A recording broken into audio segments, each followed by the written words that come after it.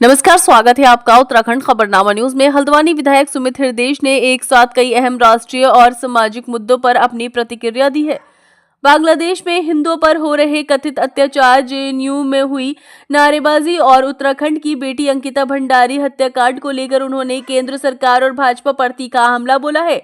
विधायक सुमित हृदयेश ने कहा कि बांग्लादेश में अल्पसंख्यक हिंदू समुदाय के खिलाफ लगातार हिंसा और उत्पीड़न की खबरें आ रही हैं, जो बेहद चिंताजनक है। उन्होंने सवाल उठाया कि भारत सरकार इस गंभीर मुद्दे पर अब तक ठोस और स्पष्ट जवाब क्यों नहीं दे रही है। उन्होंने कहा कि अंतर्राष्ट्रीय मंचों पर मानवाधिकारों की बात करने वाली सरकार को पड़ोसी देश में हिंदुओं पर हो रहे अत्याचारों पर भी मजबूती से आवाज उठानी चाहिए।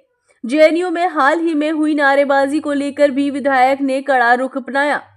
उन्होंने कहा कि देश विरोधी या समाज को तोड़ने वाले नारों को किसी भी कीमत पर बर्दाश्त नहीं किया जा सकता। सुमित हृदयेश ने आरोप लगाया कि कुछ ताकतें युवाओं को गुमराह कर देश की एकता और अखंडता को नुकसान पहुंचाने की कोशिश कर रही हैं, जिस पर केंद्र सरकार को सख्ती से कार्रवाई करनी चाहिए। अंकिता भंडारी हत्याकांड को लेकर विधायक ने दो टूक कहा कि इस मामले में सबसे पहले कांग्रेस ने सड़क से सदन तक सीबीआई जांच की मांग उठाई थी। उन्होंने कहा कि ये सिर्फ एक बेटी के साथ अन्याय का मामला नहीं, बल्कि पूरे प्रदेश की न्याय व्यवस्था और सरकार की संवेदनशीलता का सवाल है।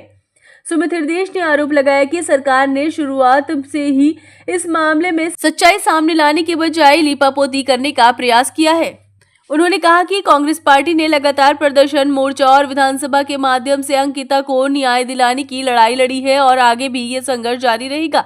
विधायक ने अंत में कहा कि चाहे बांग्लादेश में हिंदुओं पर अत्याचार हो, जेएनयू की नारेबाजी हो या अंकिता भंडारी को न्याय का सवाल, कांग्रेस हर मुद्दे पर जनता की आवाज बनकर खड़ी रहेगी।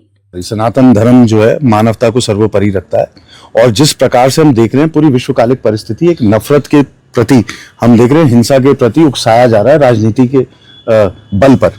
ये अच्छे लक्षण नहीं है भविष्य के लिए, पूरे विश्व के लिए।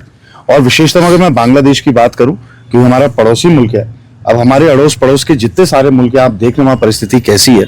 और हिंदुस्तान वर्ष में भी एक प्रकार से नफरत का माहौल जो पैदा करा जा रहा है, ये बहुत ही निंदनीय और बहुत ही वाकई में परेशानी का सबब भविष्य के लिए बनने वाला है। विशेषतः बांग्लादेश की अगर बात करूं, आज ही महानगर अध्यक्ष जी से बात करी है, अभी जिला अध्यक्ष जी से भी बात करूंगा और कल कांग्रेस एक ज्ञापन भी देगी कि भारत सरकार कठोर कार्रवाई बांग्लादेश की सरकार के खिलाफ करे और अवश्य इसमें स्टैंड लेना बहुत बड़ी जरूरत है।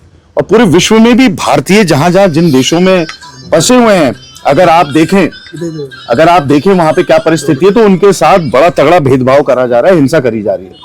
आखिरकार पूरा विश्व एक टापू है और मानवता यहाँ पे बची रहे, इसके लिए कौन शांति दूत बनकर आएगा, ये विश्व की आंखें उसकी तरफ ताक मार रही हैं। भैया अगर बात की जाए तो बीजेपी के पूर्व विधायक हैं संगीत सोम, उन्होंने कहा था ये गद्दार हैं। किस तरह से देख रहे हैं इस पूरे प्रकरण को, जबकि जो अंबानी की टीम है उसमें बांग्लादेशी खिलाड़ी खेल रहे हैं? नहीं, बीसीसीआई के अध्यक्ष वो हेड कौन है और आईसीसी का हेड कौन है और बीसीसीआई किसके कंट्रोल में? ये देखिए ना, आप केवल शाहरुख खान को कहते हैं, किसी व्यक्ति विशेष को कहते हैं, सही बात नहीं है। ये तो भारत सरकार जो नीति बनाएगी उसके अधीन आईपीएल भी है और उसके अधीन भारत के सारे नागरिक हैं।